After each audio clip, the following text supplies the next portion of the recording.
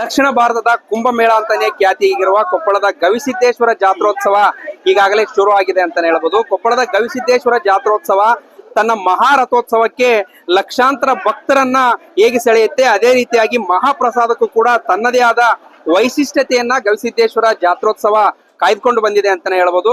ಕಳೆದ 10 ವರ್ಷದಿಂದ ರಾಯಚೂರು ಜಿಲ್ಲೆ ಸಿಂಧನೂರಿನ ವಿಜಯಕುಮಾರ್ ಗೆಳೆಯರ ಬಳಗ ಪ್ರತಿ ವರ್ಷನೂ ಕೂಡ ಮಹಾದಾಸೋಹದಲ್ಲಿ ವಿಶೇಷವಾದ ಖಾದ್ಯವನ್ನ ತಯಾರು ಮಾಡಿ ಒಂದು ಭಕ್ತರಿಗೆ ಉಣಬಡಿಸ್ತಾ ಇದ್ದಾರೆ. ಕಳೆದ 10 ವರ್ಷದಿಂದನೂ ಕೂಡ ವಿವಿಧ ರೀತಿಯ ಒಂದು ಖಾದ್ಯವನ್ನು ಮಾಡುವ ವಿಜಯಕುಮಾರ್ ಗೆಳೆಯರ ಬಳಗ ಈ ಬಾರಿ ಮೈಸೂರು ಪಾಕನ್ನ, ತುಪ್ಪದ ಮೈಸೂರು ಪಾಕನ್ನ ಸಿದ್ಧ ಮಾಡ್ತಾ ಇದ್ದಾರೆ. ನಿಜಕ್ಕೂ ಕೂಡ ಲಕ್ಷಾಂತರ ಭಕ್ತರಿಗೆ ಲಕ್ಷಾಂತರ ಮೈಸೂರು ಪಾಕ್ಗಳನ್ನ ಸಿದ್ಧತೆ ಮಾಡೋದಂದ್ರೆ ತಮಾಷೆಯ ಮಾತಲ್ಲ ಅಂತಾನೆ ಹೇಳ್ಬೋದು. ಆದ್ರೆ ಕಳೆದ 3 ದಿನದಿಂದನೂ ಕೂಡ ದೃಶ್ಯದಲ್ಲಿ ನೋಡ್ತಾ ಇರ್ಬೋದು ನೀವು, ಮೈಸೂರು ಪಾಕ್ನ ಸಿದ್ಧತೆ ಕಾರ್ಯ ನಡೆದಿದೆ.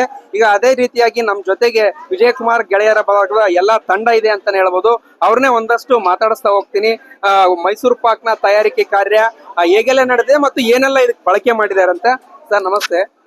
ಈಗ ಮೈಸೂರು ಪಾಕ್ ಸಿದ್ಧತೆಗೆ ಏನೆಲ್ಲ ಸಾಮಗ್ರಿ ಬಳಸಿದಿರಿ, ಎಷ್ಟು ಜನ ಇದ್ದಾರೆ ಅನ್ನೋ ಮಾಹಿತಿ ಕೊಡ್ರಿ ಸರ್. ಗವಿಸಿದ್ದೇಶ್ವರನ ಒಂದು ಆಶೀರ್ವಾದದಿಂದ ನಾವು ಈ ವರ್ಷ ಮೈಸೂರು ಪಾಕ್ ಮಾಡ್ತಕ್ಕಂಥ ಒಂದು ಕಾರ್ಯ ನಡೀತಾ ಇದೆ. ಸೊ ನೀವಾಗಲೇ ಈ ಒಂದು ಮಾಡ್ತಕ್ಕಂಥದ್ದನ್ನು ತಾವು ಮಾಧ್ಯಮದಲ್ಲಿ ಚಿತ್ರೀಕರಿಸ್ತಾ ಇದ್ದೀರಿ. ಸೊ ಈ ವರ್ಷ 60 ಕ್ವಿಂಟಲ್ ಒಂದು ಸಕ್ಕರೆದ ಒಂದು ಮೈಸೂರು ಪಾಕನ್ನು ತಯಾರು ಮಾಡ್ತಾ ಇದ್ದೀವಿ ಈ ವರ್ಷ.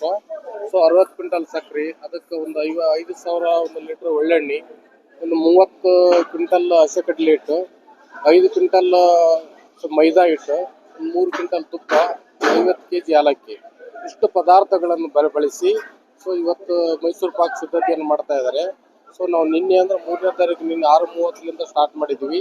ಇದಕ್ಕೆ ನಮಗೆ ನೆರೆಯ ಆಂಧ್ರ ಪ್ರದೇಶದ ಕರ್ನೂಲಿಂದ ಮತ್ತು ಆದೋನಿ, ಆಮೇಲೆ ಆದೋನಿ ತಾಲೂಕಿನಲ್ಲಿ ಬರ್ತಕ್ಕಂಥ ಒಂದು ಸೊ ಡಾಣಾಪುರ ಅಂತ ಇದೆ, ಅಲ್ಲಿಂದ ಆಮೇಲೆ ಗಬ್ಬೂರು ಅಂದ್ರೆ ದೇವದುರ್ಗ ತಾಲೂಕು ಗಬ್ಬೂರದಿಂದ ಮಸ್ಕಿ, ಬಳಗನೂರು, ರಾಯಚೂರು, ಸಿಂಧನೂರು, ಸಿರುಗುಪ್ಪ, ಕಾವರಿಗೆರ, ಸೊ ಇಲ್ಲಿ ಈ ಭಾಗದಿಂದ ಒಂದು 100ಕ್ಕೂ ಹೆಚ್ಚು ವಿಶೇಷ ಪರಿಣಿತಿಯನ್ನು ಪಡೆದಿರ್ತಕ್ಕಂಥ ಬಾಣಸಿಗರು ಬಂದಿದ್ದಾರೆ.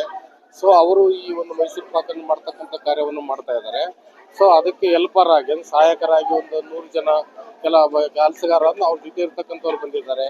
ಸೊ ಆಮೇಲೆ ಗೊರೆಬಾಳ ಒಂದು ಗ್ರಾಮದಿಂದ, ನಮ್ಮ ಸೂನೂರು ತಾಲೂಕು ಗೊರೆಬಾಳ ಗ್ರಾಮದಿಂದ ಅಲ್ಲಿ ಕೂಡ ಒಂದು ಮೈಸೂರು ಪಾಕ್ ತಯಾರು ಮಾಡ್ತಕ್ಕಂಥದ್ದು ಒಂದು ವೀರಯ್ಯ ಸ್ವಾಮಿ ಅವರು ಇದ್ದಾರೆ. ಅವರು ಕೂಡ ತಮ್ಮ ತಂಡವನ್ನು ಕರ್ಕೊಂಡು ಬಂದಿದ್ದಾರೆ. ಮತ್ತು ಅವರ ಗ್ರಾಮದಲ್ಲಿ ಒಂದು ಹೆಣ್ಣು ಮಕ್ಕಳ ಒಂದು ತಂಡ ಇದೆ, ಒಂದು 50 ಜನ ತಂಡ.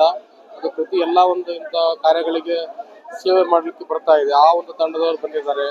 ಆಮೇಲೆ ನಮ್ಮ ನಿಡಿಗೋಳು ಮತ್ತು ತಿಡಿಗೋಳು ಗ್ರಾಮ, ಗುಗರ್ನಾಳ ಗ್ರಾಮ, ಸೊ ಕುರುಕುಂದಿ, ಸಿಂಧನೂರು ಭಾಗದ ಮಹಿಳೆಯರು ಕೂಡ ಇವತ್ತು ಬಂದು ತಮ್ಮ ತಮ್ಮ ಸೇವೆಯನ್ನು ಮಾಡ್ತಾ ಇದ್ದಾರೆ. ಸೊ ಹಂಗಾಗಿ ಈ ವರ್ಷ ಗವಿಸಿದ್ದೇಶ್ವರ ಮಹಾದಾಸೋಹಕ್ಕೆ ಸೊ ಇವತ್ತು 3 ಮತ್ತು 4 2 ದಿನದ ನಾವು ಮಾಡಿರ್ತಕ್ಕಂಥದ್ದನ್ನು 5, 6 ಮತ್ತು 7ನೇ ತಾರೀಕಿನ 3 ದಿನ ಒಂದು ದಾಸೋಹಕ್ಕೆ ಸೊ ಸಿಹಿ ಮೈಸೂರು ಪಾಕನ್ನು ಊಟ ಮಾಡಲಿಕ್ಕೆ ಅಣೆ ಮಾಡಿಸ್ತಾ ಇದ್ದೀವಿ. ಒಂದೇ ವರ್ಷದಲ್ಲಿ ಎಲ್ಲಾ ಮಾಹಿತಿ ಕೊಟ್ಟರು. ಅದೇ ರೀತಿಯಾಗಿ ಮತ್ತೊಬ್ಬ ಸದಸ್ಯರಿದ್ದಾರೆ ಸರ್. ಈಗ ಕಳೆದ 10 ವರ್ಷದಿಂದ ಇದನ್ನ ಮಾಡ್ಕೊಂತ ಬಂದಿದ್ದೀರಿ ಸರ್. ಈ ಸರಿ ಈಗ ಖರ್ಚು ವೆಚ್ಚರೆಲ್ಲ ಹೆಂಗ್ ತೂಗಿಸ್ತೀರಿ ಅಂತ? ಖರ್ಚು ವೆಚ್ಚಗಳಂದ್ರೆ ಭಕ್ತಾದಿಗಳು ದೇಣಿಗೆ ರೂಪದಲ್ಲಿ ಕೊಡ್ತಾ ಇದ್ದಾರೆ. ಆದಷ್ಟು ನಾವು ಮಿಕ್ಕಿದ್ದು ನಾವು ಸೇವೆ ರೂಪದಲ್ಲಿ ಪಡಿಸ್ತೀವಿ. ಈ ಸರಿ ಮೈಸೂರು ಪಾಕ್ಗೆ ಎಷ್ಟು ಖರ್ಚಾಗ್ಬೋದು? ಅಂದಾಜು 15ರಿಂದ 16 ಲಕ್ಷ ಖರ್ಚಾಗ್ಬೋದು. ವೆಚ್ಚದಲ್ಲಿ ಖರ್ಚು ಇದೆ. ಇನ್ನ ಲೆಕ್ಕ ನೋಡಿಲ್ಲ, ಅಷ್ಟು ಬರ್ಬೋದು ಅಂತ ಮಾಡಿದ್ದೀವಿ. ಇದಿಷ್ಟು ಕೊಪ್ಪಳದ ಮಹಾದಾಸೋಹದಲ್ಲಿ ಏನು ಮೈಸೂರು ಪಾಕ್ನ ತಯಾರಿ ನಡೀತಿದೆ ಅದರ ಮಾಹಿತಿ ಅಂತಾನೆ ಹೇಳ್ಬೋದು.